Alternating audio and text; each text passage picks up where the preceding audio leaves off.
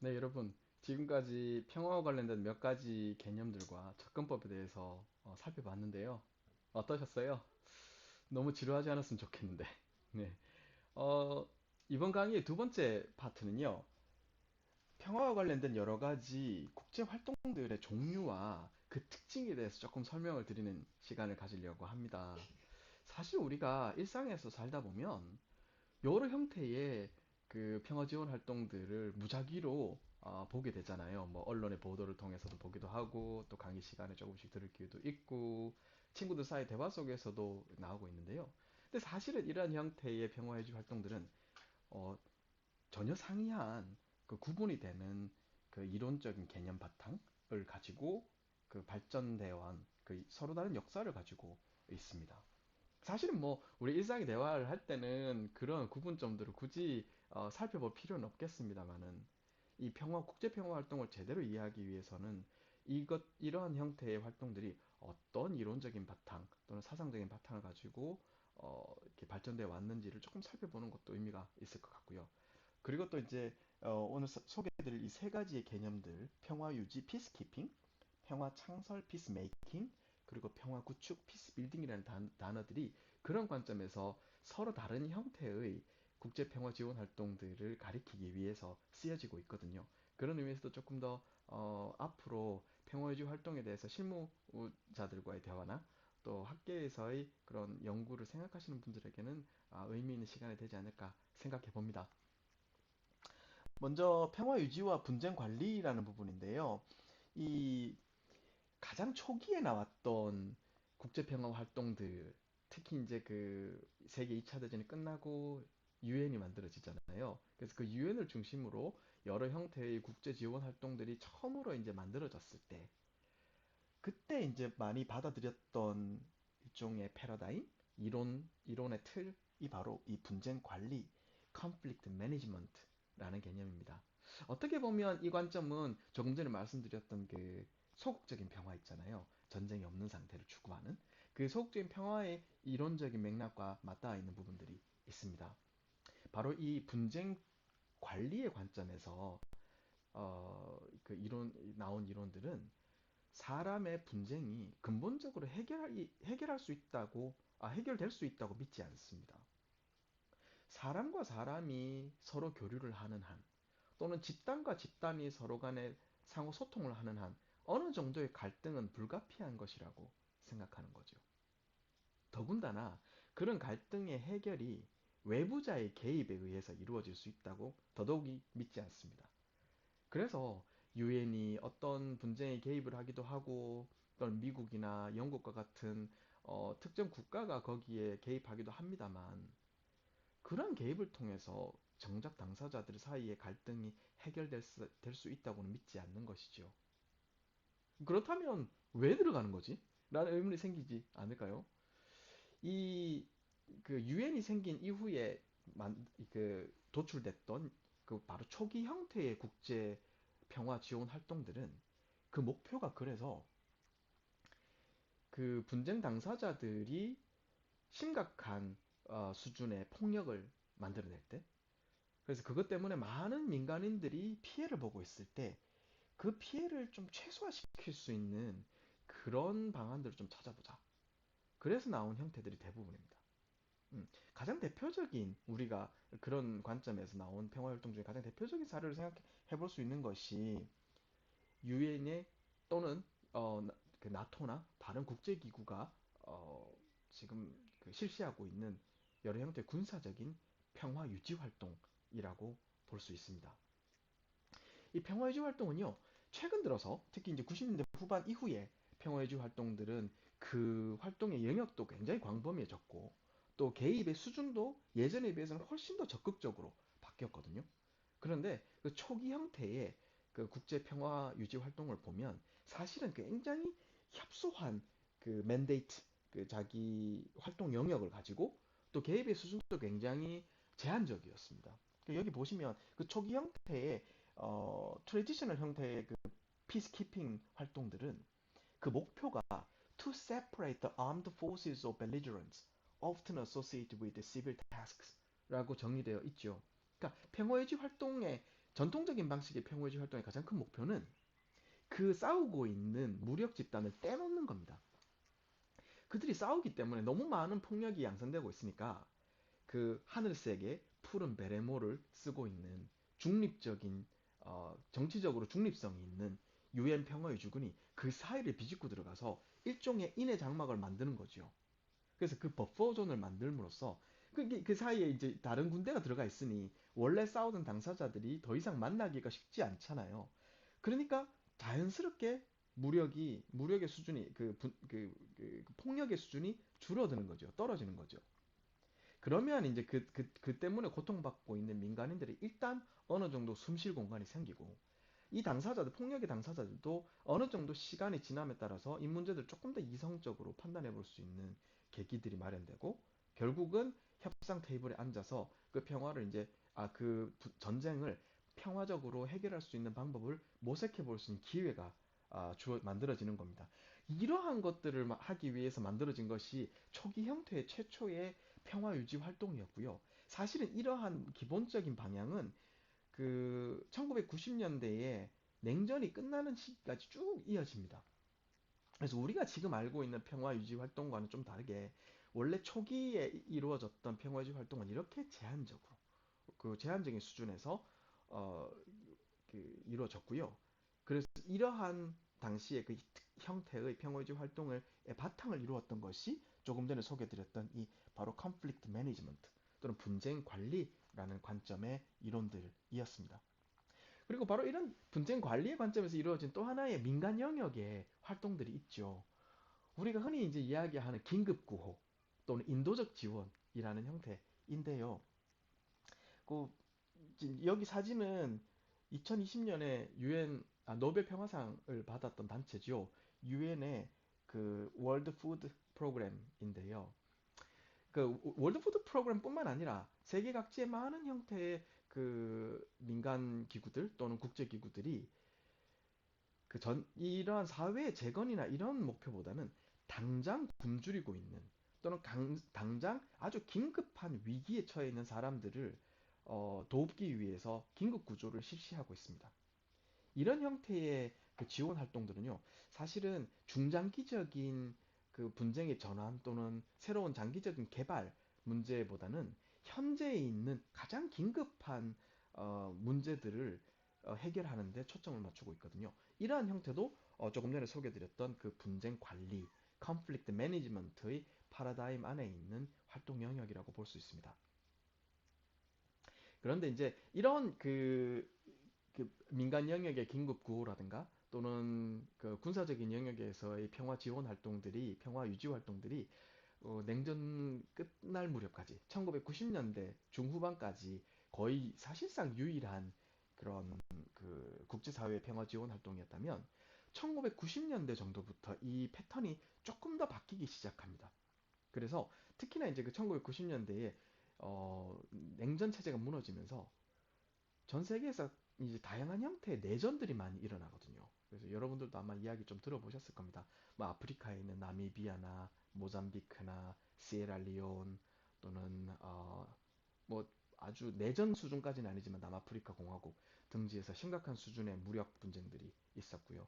또 이제 센트럴 아메리카, 중앙 아메리카 쪽에서는 엘살바도르, 과테말라, 니카라과 이런 쪽에서도 내전이 많이 일어났었고요.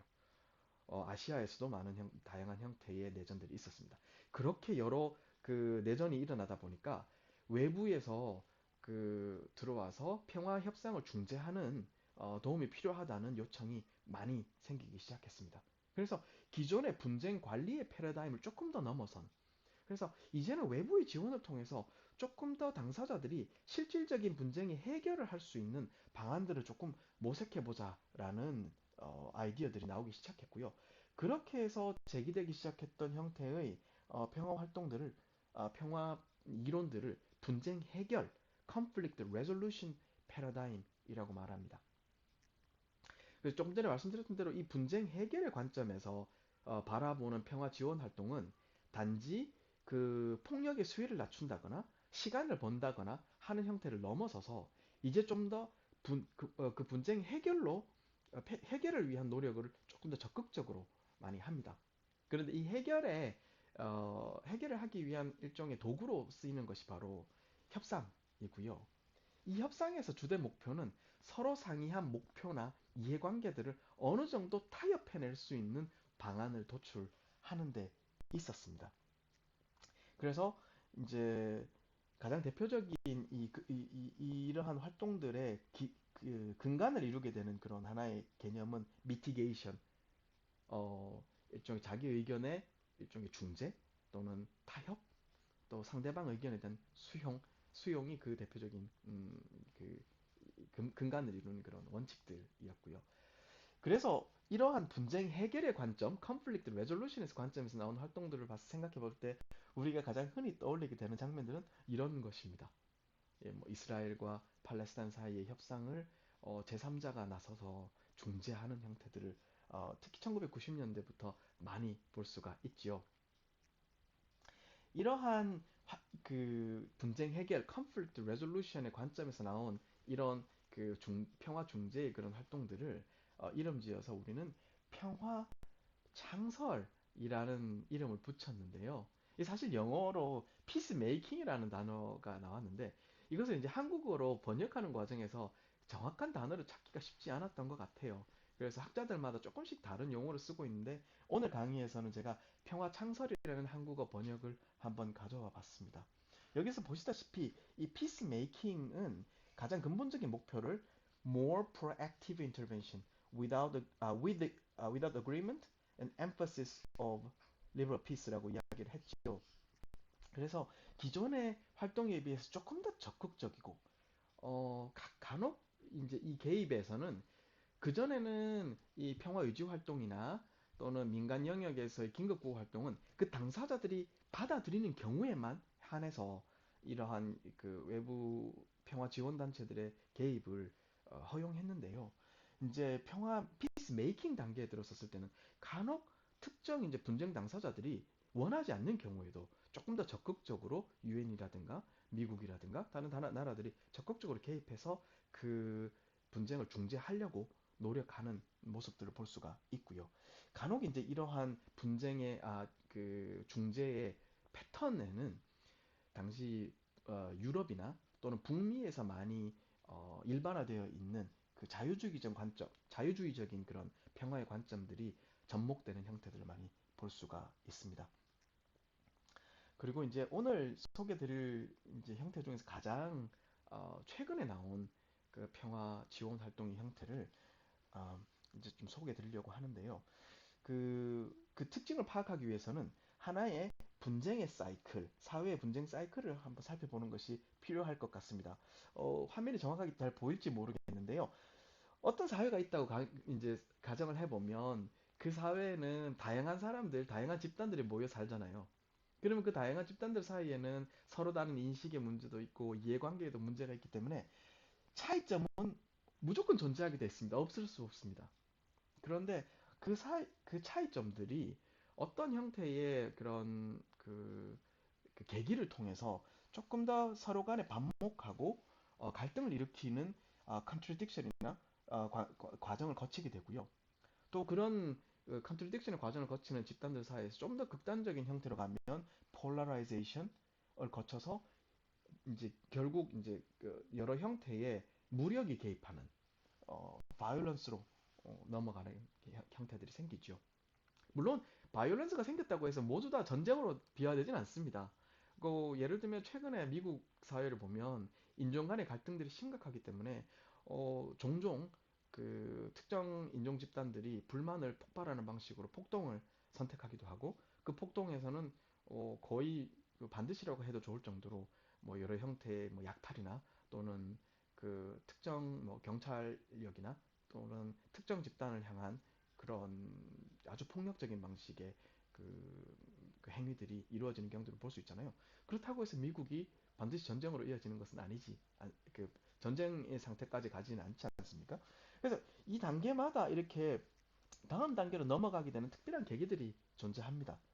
그리고 그런데 이제 특정 국가들에서는 이러한 폭력의 수준이 점점 더 갈등을 야기시켜서 마침내 그 전쟁으로 치닫게 되는 경우들이 발생하죠.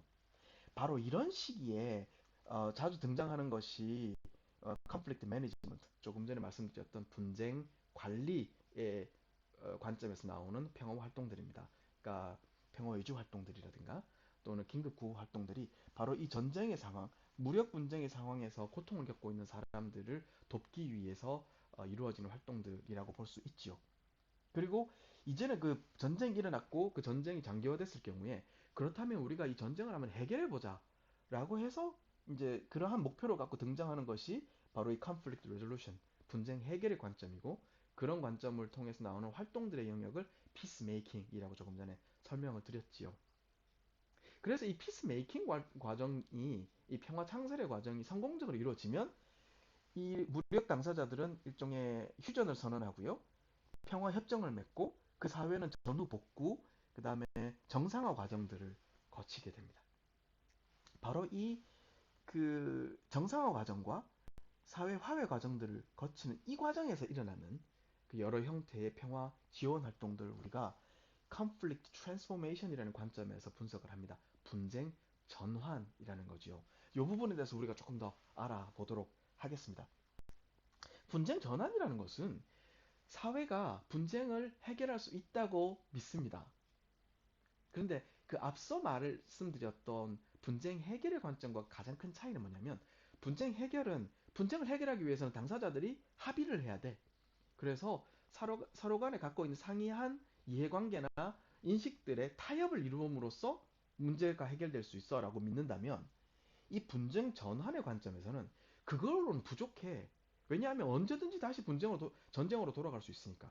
정말 그 사회의 갈등을 제대로 해결하려면 그 갈등을 야기시켰던 그 사회의 구조적인 문제, 문화적인 문제, 사회적인 문제들의 근본 원인을 찾아서 조금씩 조금씩 그 원인이 되었던 문제들을 전환시켜 나가는, 트랜스폼 하는 과정이 필요해 라는 관점을 가집니다. 그래서 이러한 분쟁 전환을 인식을 바탕으로 했던 여러 가지 활동들은 당장 일어나는 그런 심튼, 그 문제 자체에 집중하기보다는 그 문제를 만들어냈던 근본 원인이 무엇인지를 파악하고 그것을 다스려 나가는 데 이제 그 노력을 집중하게 됩니다. 그래서 이러한 형태의 활동들은 주로 전쟁이 끝난 이후에 보다 장기적이고 지속 가능한 평화를 어, 만들어내려고 할 때 그 필요한 접근법이라고 생각할 수 있겠습니다.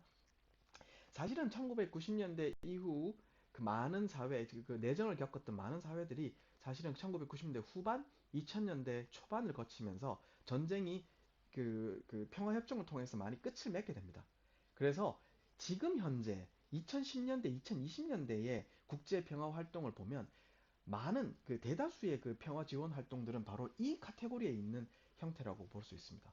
뭐 대표적인 사례로 평화 교육을 들 수 있을 것 같은데요. 단지 분쟁을 끝내는 것이 중요한 것이 아니라 분쟁이 끝난 다음에는 그 사회에 그동안 서로 싸웠던, 나누어져서 서로 갈등을 일으켰던 집단들, 그 사람들과 그 사람들의 2세들에게 이 사회가 더 이상 갈등을 유발하지 않는 방식으로 서로를 인식할 수 있게끔 교육을 해나가는 것이 필요하다라는 관점이 있었고, 그런 관점 속에서 일어났던 많은 형태의 교육 활동들을 평화 교육, 피스 에듀케이션이라고 하거든요. 바로 이러한 피스 에듀케이션이 이런 그 분쟁 전환의 관점에서 만들어진 평화 활동의 대표적인 케이스라고 볼 수 있겠습니다. 그리고 그 이러한 분쟁 전환의 관점을 바탕으로 그 도출된 여러 형태의 평화 지원 활동 있죠. 거기에는 이 평화 교육을 포함할 텐데요. 이런 형태를 뭉뚱그려서 피스 빌딩이라는 용어를 쓰고 있습니다. 이 피스 빌딩이라는 단어도 사실은 한국어로 번역하기가 쉽지 않지요.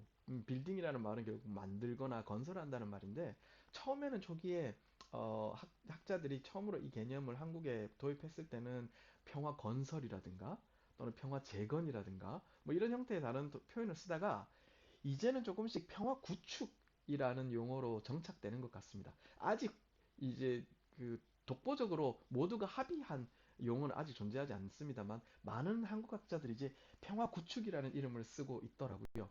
근데 어쨌든 이 평화 구축에서는 그 목표를 to identify and support structures which will tend to consolidate peace라고 정의 내리고 있습니다.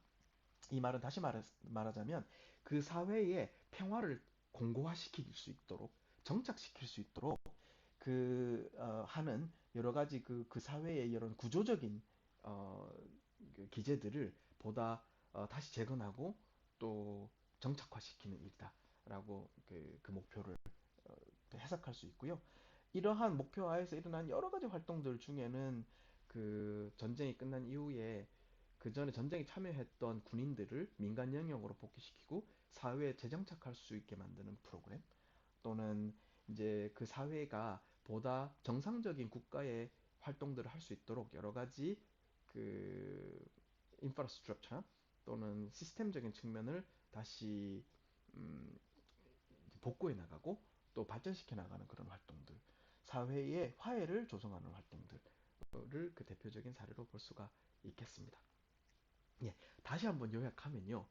그 지금 현재 일어나고 있는 많은 국제사회의 평화 지원 활동들은 크게 세 가지 그 형태로 구분해 볼 수 있다.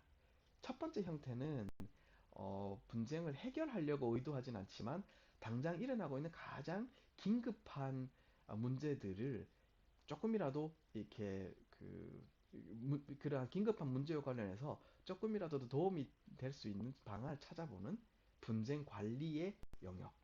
그리고 이 분쟁 관리라는 관점을 통해서 나왔던 평화 유지 활동이라든가 또 긴급 구호 활동이 그 대표적인 사례로 볼 수가 있고요. 두 번째는 분쟁을 해결하는 데 있어서 조금 더 당사자들, 무력을 일으킨 당사자들 간에 서로 이해관계라든가 또는 서로 다른 관점들을 타협을 함으로써 일단 분쟁을 종식시키고 보는데 초점을 맞추고 있는 conflict resolution, 분쟁 해결의 관점이 있고요. 그러한 관점에서 나온 여러 가지 활동들을 peacemaking 또는 평화 창설이라고 불렀습니다. 그리고 마지막으로 그러면 전쟁이 이제 끝난 사회에서 보다 중장기적인 평화 공고화를 이루는 과정들을 일으켜서 분쟁 전환이라고 했고요.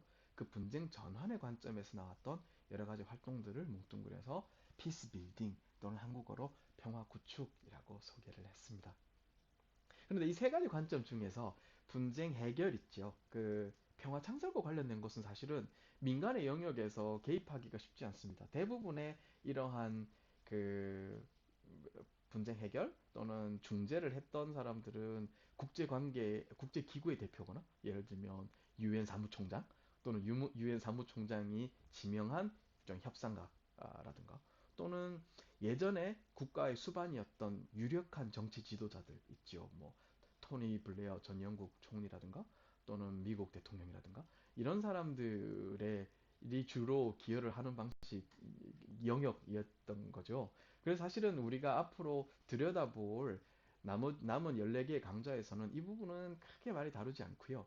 주로 분쟁 관리에 있었던 그런 평화 유지 활동이라든가 긴급구호 활동 그리고 분쟁 전환과 관련돼서 나온 이런 여러 형태의 그 피스 빌딩 프로그램들을 중심으로 남은 강의들을 한번 꾸며 보도록 하겠습니다.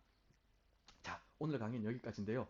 저 정말 지루하고 조금 재미없는 부분은 오늘로 끝입니다. 다음 2강부터는 우선은 국제사회에서 일어나고 있는 다양한 형태의 그 분쟁들이 어떻게 일어나고 있는지를 분석하는 것으로서 첫 번째 남은 강의 중에 절반 정도를 할애하고요. 나머지 절반 정도는 그러한 문제들을 해결하기 위해서 국제사회에서 어떤 일들이 일어나고 있고 그 특징은 무엇인지 그리고 그 특징들을 통해서 우리가 배울 수 있는 다문화주의적인 관점에서의 그 함의점은 어떤 것인지에 대해서 살펴보도록 하겠습니다. 수고하셨습니다.